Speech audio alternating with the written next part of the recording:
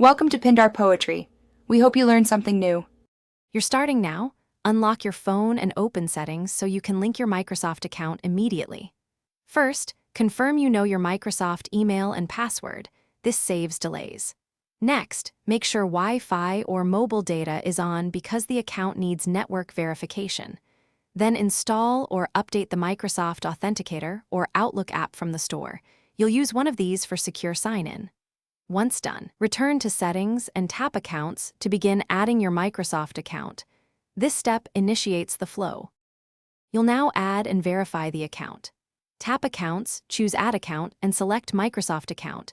This is where you type the email address. After entering the password, grant the requested permissions so apps and sync work properly. These permissions let calendar and contacts sync.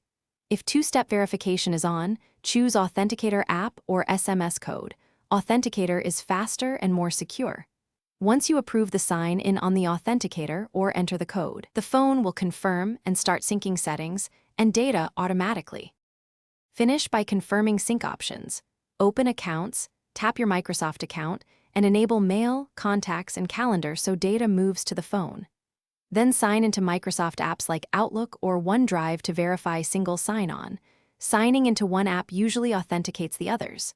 If syncing stalls, make sure your password is correct and that airplane mode is off. Try signing out and back in or force a sync in account settings. One helpful troubleshooting tip: clear the app cache, reboot, then retry the sign-in process. Thanks for watching. Consider subscribing if we helped you.